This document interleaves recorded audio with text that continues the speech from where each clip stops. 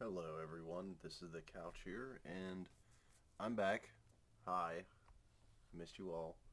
And we're playing Mad Games Tycoon. Now, before I even get started, I'm just going to go over what Mad Games Tycoon really is. It's a game dev simulator, similar to Game Dev Tycoon. It is on Steam right now for early access for $14.99. We were playing on version 150129A. And I will get started. Player name, we are the Couch. Sit down Studios. Now, the logo and we'll go through the logos. As you can see, there's a lot of different logos you can choose from, all variations of very common names. So we're going to be the Star Studios. Now the location, as you can see, unlocks certain features of the game. United States unlocks marketing. Actually, now I'll go over marketing.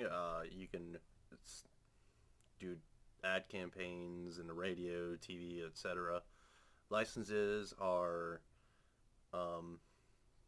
like movies that are popular during the time. Subgenre is a second genre, so you can do an action adventure or RPG strategy, etc., etc.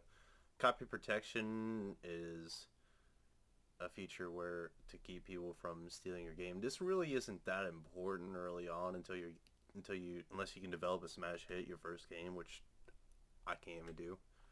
Successor is a sequel. Support is customer support, so when you get a bunch of fans, you'll want to take care of them. I don't think this is really important either. Early game. Dev kits, as consoles are released, you have to buy the dev kit to release upon them. Research, you get the research facility, although after you develop your first game, you get this automatically, and you don't have anything to research right away, so this really isn't useful as well. Production and storage space, you can produce your own games and store them. Own engine, I really can't tell you what this does, because I tried this on one of my playthroughs, and I didn't really see any extra benefits. Graphics studio and sound studio, I believe, are still locked in the early access. These are upcoming features. So we're going to do marketing. And there's a feature to Easy Start, which you start off with a bigger building. I'm not going to do that. And this is your character. This is, at the core, you. You fortunately can't change your appearance at all. And you have a main genre and a special feature that you can really focus on. Now, I don't know exactly what this does later on in the game, because I don't know how helpful it really truly is, but I like to pick one genre and one feature about mid-game, and you'll understand why later, to specialize in. Just so, you'll see. It'll be really helpful. Now, you have these four characteristics here. Game design, that controls the gameplay. Programming, that's like technology. Graphics. Music and sound. Speed, I'll skip office work for now. Speed is how fast you research stuff, and work will is like your laziness, I guess. The office work is things like researching, or how efficient you are at training, how quick you go through support, or whatever. So for me, I find the best is to max out the speed and max out the work will. That way you're going max out the speed, thank you. Max out the speed and go as high as you can with the work will. That way you're going as fast as you can, as efficient as you can, without in the very early game. So we're going to make that. We're going to play on normal. And yeah, I already said that. Now on your keyboard here is the main layout. You have your cashier, your number of fans here. These stars are the quality of the office. I'll get into that when we start buying objects. The time, year, month, and week, and the once these get full, it'll be a new week. The current trends that are going on right here, the unlocks you can get. This button will enable pickup objects. I have no clue. Enable disable walls, I'll show you that in a second. And display and hide information, I will show you that in a second. Down here, the couch, sit down studios. Here you have your different rooms of your office, development, head office, research, production, marketing, customer support, toilet, staff room, motion capturing, server room, quality assurance, storeroom, training, music studio, and graphics studio. Now because we chose USA, marketing is automatically unlocked. So we can do that. We're going to build a development room though. And you want to be careful about the size of it because obviously you have a limited space. But you also want to take into account future expansions. 1, 2, 3, 1, 2, 3. That'll be good. And then you place down a door and you have the room. Now I can't just go in here, develop a game or whatever, but I need to buy an object, which is this here. Now, these are all the desks that I can use to develop a game. These stars here are not like how fast you can, but they will add to the quality of the office up here, which can allow me to hire some employees. So I'm going to get one of these vault desks here, and I'm actually going to get 2 more right off the bat. And as well, so I'm going to go ahead and develop a game. The game name is going to be by something else. Because the whole goal of this first game for me is to just level up some skills. So now topics. I know pets and pirates are in almost every first release. Actually, another thing too, you want to start off with a skill game just because you're working without an engine, and the best games without an engine are skill games. So we'll stay in the trend, we'll stay within that. You have a game type, you have retail, MMO, and free to play. Just stick with retail, that's the only option you have. Select platform, the only platform that is out right now is a PC. Next. Now here, you can adjust what you want to focus on more in the game. Do you want good graphics or do you want good gameplay? For a skill game, I go to graphics. You want game length. You want functions. You want to go towards beginner friendly. And you want to go towards casual gamer. Actually, you want to go to game depth for this one. Click next. Now you have the 4 main priorities. Since we focus on graphics, I'm going to go ahead and focus again on graphics. And notice how I'm going all the way to 50% on this.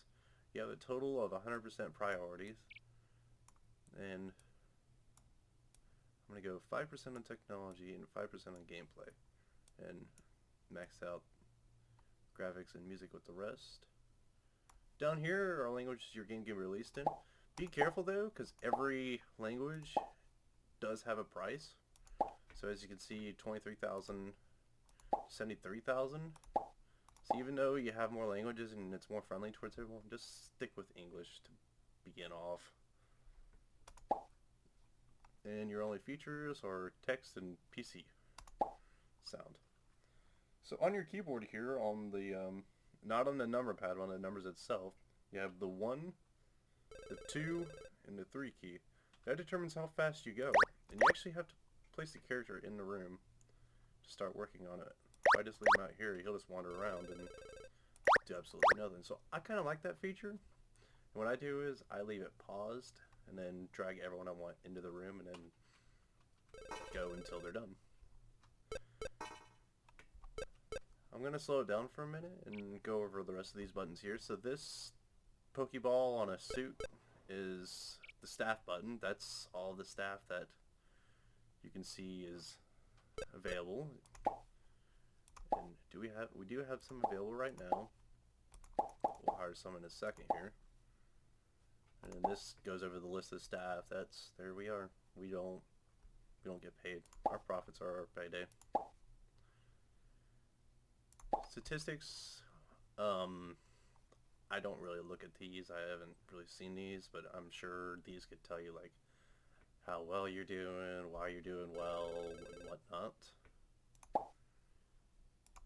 Different properties. So we're in the small garage. Now this is where you would start if you had the easy start.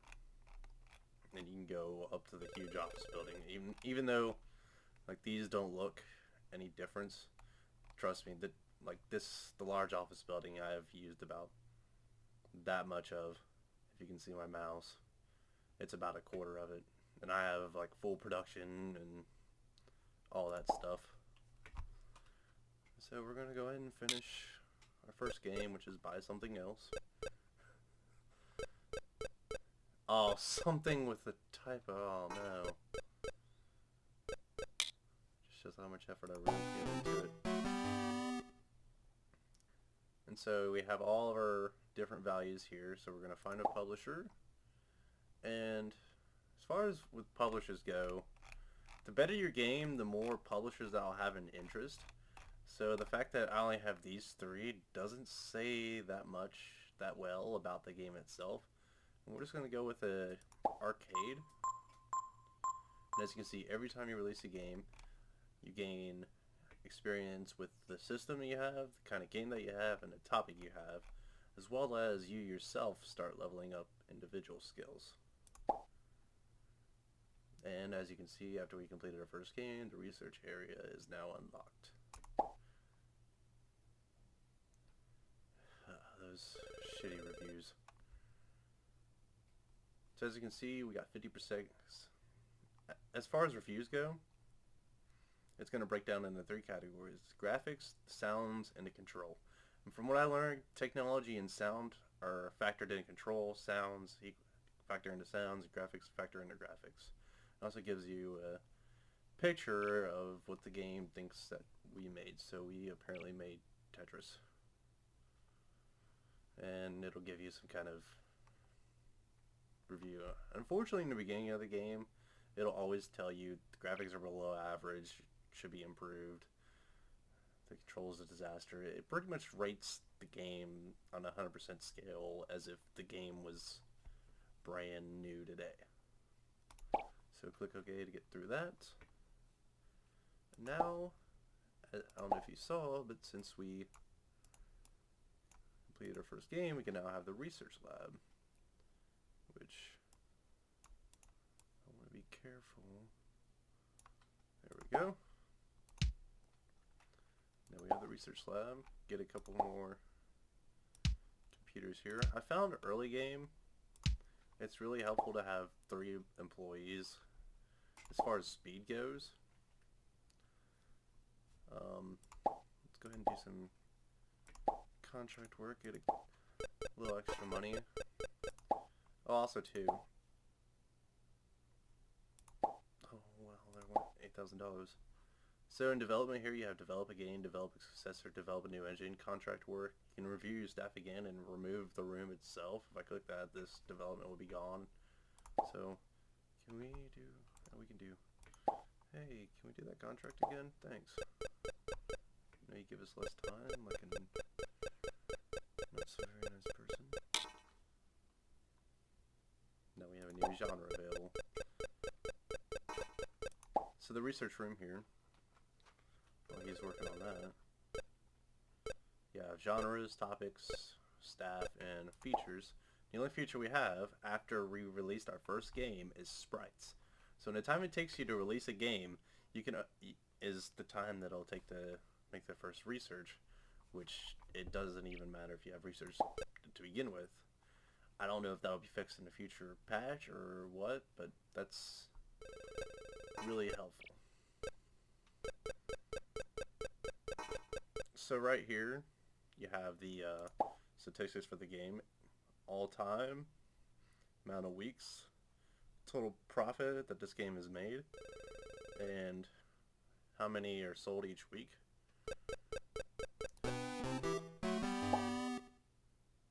And you also gain experience from doing contracts.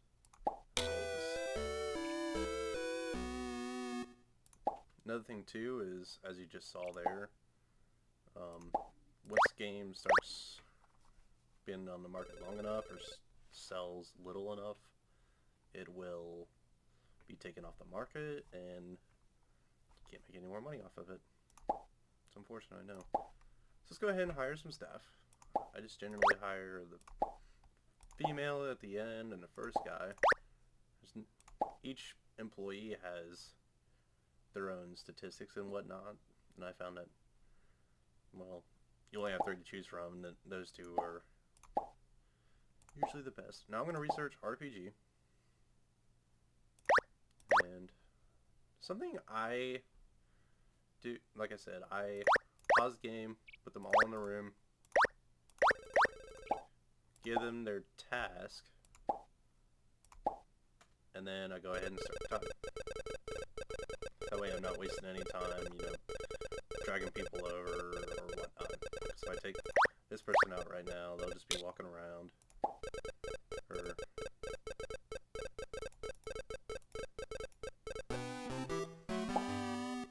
nothing too, is they'll just be walking around. It'll be almost impossible to click on them. So we made our first contract, so now we're going to drag everyone over here. Oh, I'm derping all over the place. So we'll research some sprites. Everyone figures out where they go. And while they're doing that, I'm going to show off the rest of this. So we have different accessories that we can put in our office to make it better. Each of these stars represents how much stars we'll add to the office quality, which will mean more and better employees. You also have in the training room special desks. In the server room, you have different servers. I'll go over those when we unlock them. Production, the different presses. And as you can see, just from eyeballing, the production is not cheap at all. Storeroom, also to note too, because this game's still early access, all the tool tips aren't exactly filled out yet. And then toilets.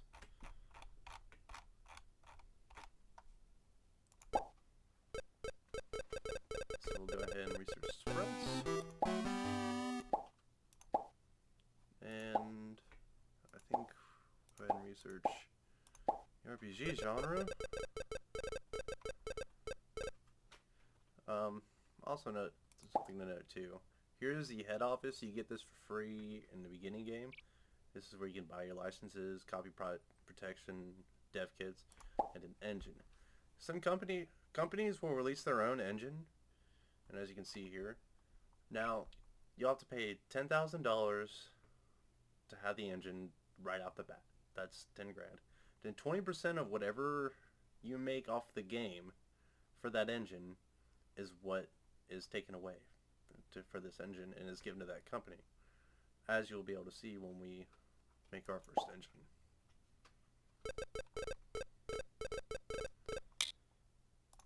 And as you can see, as the game progresses, more features will become available and you can do more research.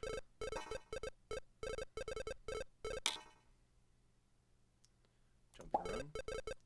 Also here too, there's multiple other companies in this game that you're, air quote, competing with. And this person will tell you who releases what when. So if you want to really get into the game, want to have a rivalry with somebody, you can take a look at what they're doing and be like, oh, we got to beat that.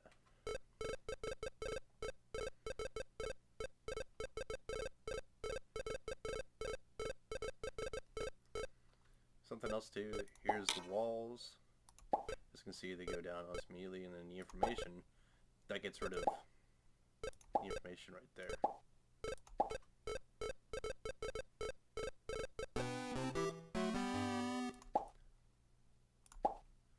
So now that genre is made, we'll go ahead and make our second game, and then we'll go ahead and end the video here.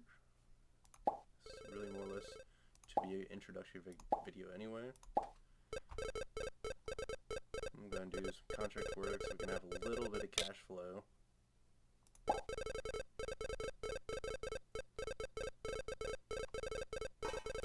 Just going to turn the information back on just because it bugs me. I don't know when something's going to be done. There we go. Everyone gains their experience. Another neat feature of this game too is if you can't really think of a name of a game, I can't think of a name. I can't spell. Oh wow. it'll usually give you a random name that isn't directly related to an actual game.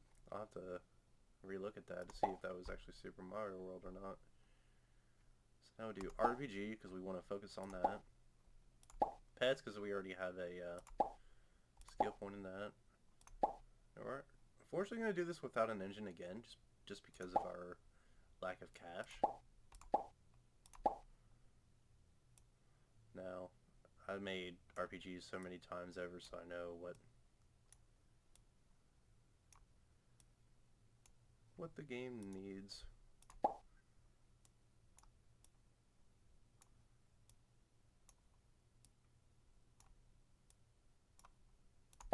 There we go, and start developing. Start developing faster. Also, every year, it'll give you Game of the Year awards for best soundtrack, best graphics. Studio of the Year is so we have a Have a Seat Studios. That would be us right here if we want it, and then Game of the Year would go on the bottom there.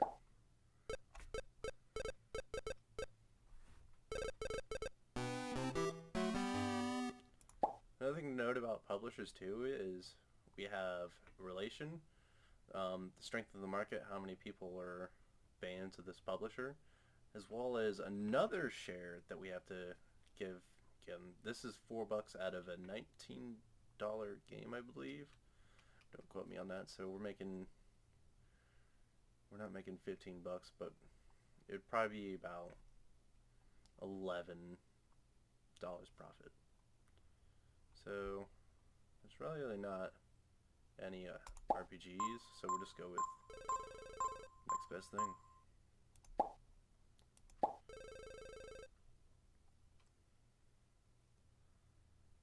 Oh man, graphics are bad. And I'm gonna go ahead and wrap it up here. This is the couch, and yeah.